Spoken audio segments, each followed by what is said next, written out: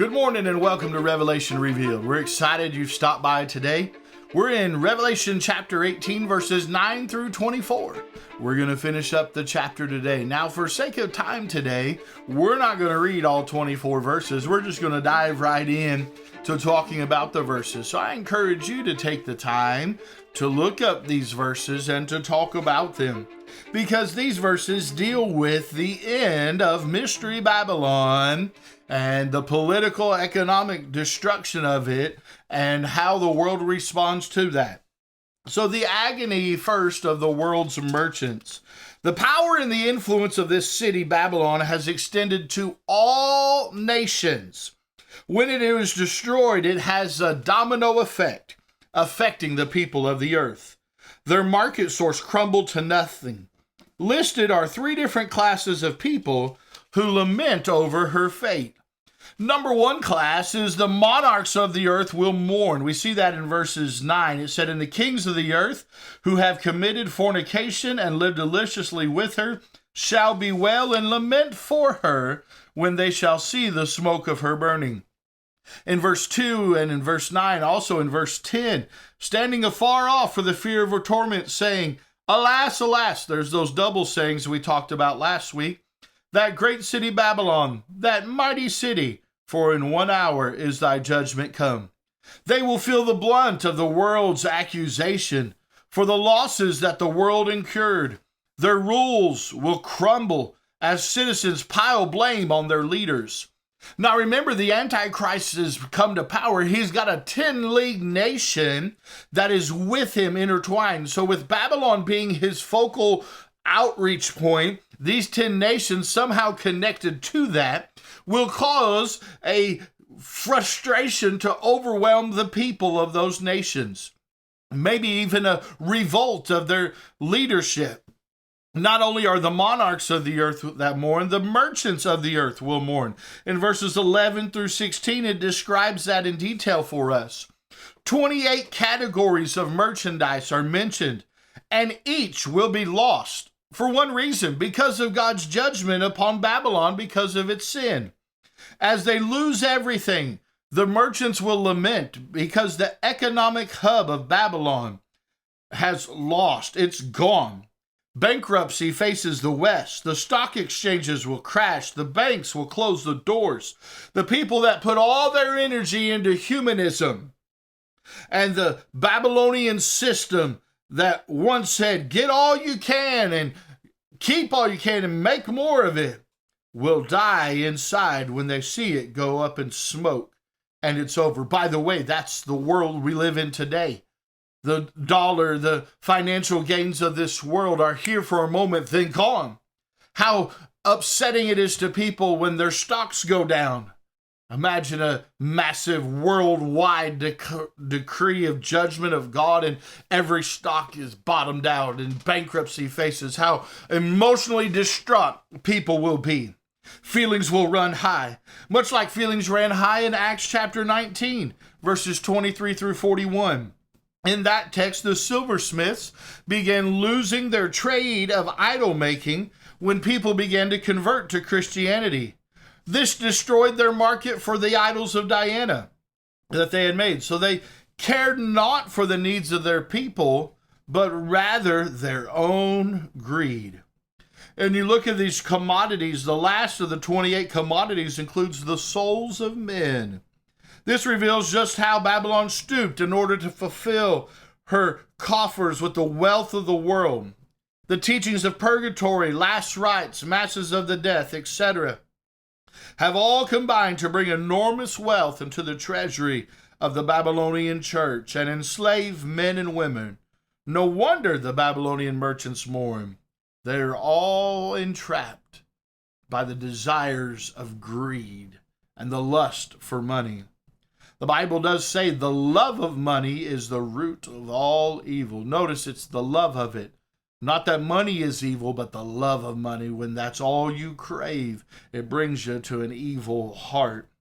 Thirdly, the mariners of the earth will mourn in verses 17 through 19. Their businesses will come to a standstill, not because of union struggles, but because the world's center of commerce collapsed. Their lament is purely selfish. Their sorrows grow from the fact that the source of their wealth is gone. The whole reason for their existence will be gone as they watch the city burn. Would to God that Christians would be upset as these merchants were when they slipped into sin or let one perish and go to hell.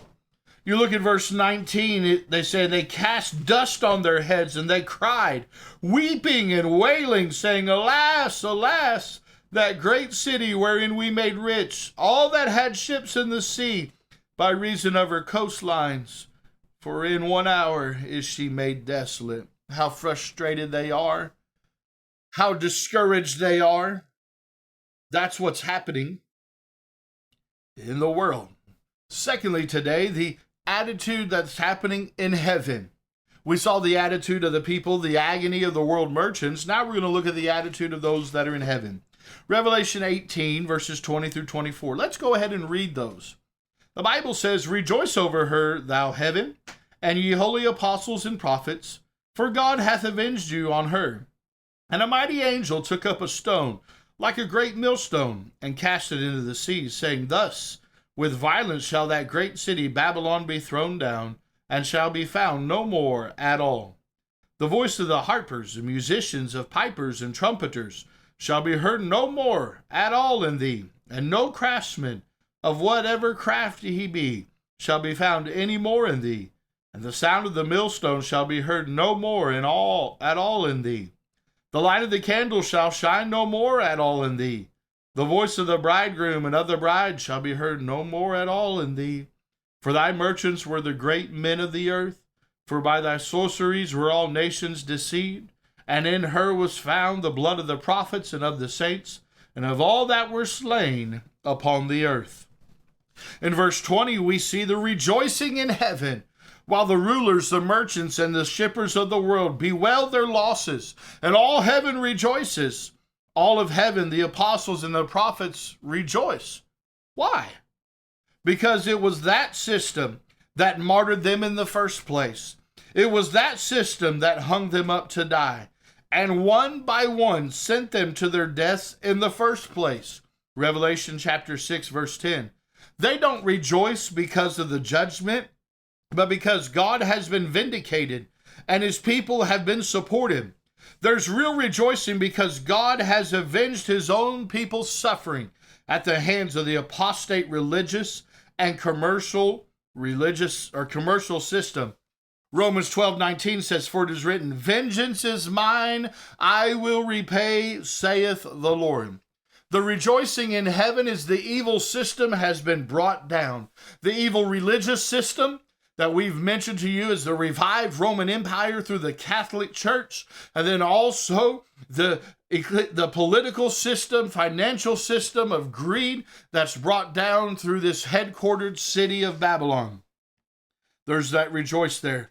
There's a ruin of Babylon is decried. There's 6 no mores. There's no more city. Some speculate the meaning of the millstone to be the city itself sunk into the Euphrates River. Some think it's Jesus himself, that when he falls upon the city, he produces catastrophic results. There's no way of knowing, however. Suffice it to say that the city is destroyed by this millstone and shall be no more at all. Not only is there no more city, there's no more music. Many try to escape the realities of the world by listening to what the world calls music. It's easy to imagine that the rock culture will suffer a shock during this time. There's no more music, verse 22. There's no more craftsmen, verse 22. There'll be many people without work. There's no more milling. Food mills and factories will go out of existence. There's no more light. Imagine the chaos of a great city without lights. The streets will be turned into caverns of darkness and crime. There'll be no more marriages. The merriment of marriage and the vows will not be heard again in that city. In verse 24, you have the recognition of the saints. Babylon will be judged because she worshipped wealth and luxury and played the harlot before the great merchants of the world. She goes astray with witchcraft and doctrines of demons. Many were killed through the ages by her. Now she must pay for all the shocking murders and bloody persecutions that she once controlled and directed. In verse 4, there was a voice that said, "Come out of her, my people." And who are those people? Those that have embraced Jesus Christ during tribulation saints. Those tribulation saints during the tribulation time, and those believing Israel. Perhaps the pool was there. Think about this. Babylon represents the world system. What is the world system? It's materialism. It is humanism. It is everything that is not of God. Now there's a call to come out from among them and be separate, saith the Lord in Corinthians 6:14. This doesn't mean isolationism, which says that you don't talk to anybody who's not a Christian. We're actually to be in the world and not of the world. But too many Christians are caught up in the prestige, and the performance, and all the other stuff that's wrapped up in the Babylonian system. What they should see is some men and women in Christ that are filled with love and having a great time in their lives, who can smile and laugh. The most fun I have is at church. It's fun to be in church with God's people, to fellowship with God's people, and enjoy being around God's people. I have a wonderful life. I'm not miserable. I'm happy. I enjoy life. The Bible talks about the reason that they had to flee from Babylon was twofold. They're to separate, to keep from participating in their sins. They're to separate so they won't partake of their plagues. One of the best ways to keep from getting caught up in materialism is to see how much you can give to the Lord's work. It's not how much you give, but how much you keep for yourself that matters. In other words, it's about having a heart for God and the things of God. One day, Babylon will fall. The materialism of this world is going to burn up. All that money that people are after, all the houses, all the properties, all the things that they say, wow, look what I've accumulated, look what I've gotten, is going to burn up in a moment and be no more. But those things that are done for Christ, those of us who know the Lord, have a retirement out of this world in heaven. What the world craves is gold and more financial gain. In heaven, we walk on it as pavement. It's the street of gold. We're going to walk on it in heaven. The precious jewels and commodity that the world craves and desires to have is architecturally used in heaven in buildings and structures. What I'm simply saying, my friend, is heaven is so much better than the world's luxuries that they offer. And for where your treasure is, there will your heart be also. If your heart's caught up in living for this world in the Babylonian humanistic system of materialism, you're going to find yourself wanting. But my friend, if your mind's made up to live for God and to work for the Lord and do the things that are for the cause of Christ, your heart's going to be for the Lord. And there's going to be treasures waiting you in heaven. One day, this Babylonian system will fall. And it could be within the next 7 years, because the rapture is just around the corner. After that, the tribulation period. Now, I'm looking forward to getting into chapter 19 and 20, 21. I look forward for you being along with us over the next few weeks. I thank you for taking the time to come by. And I hope that you've learned a few things along the way.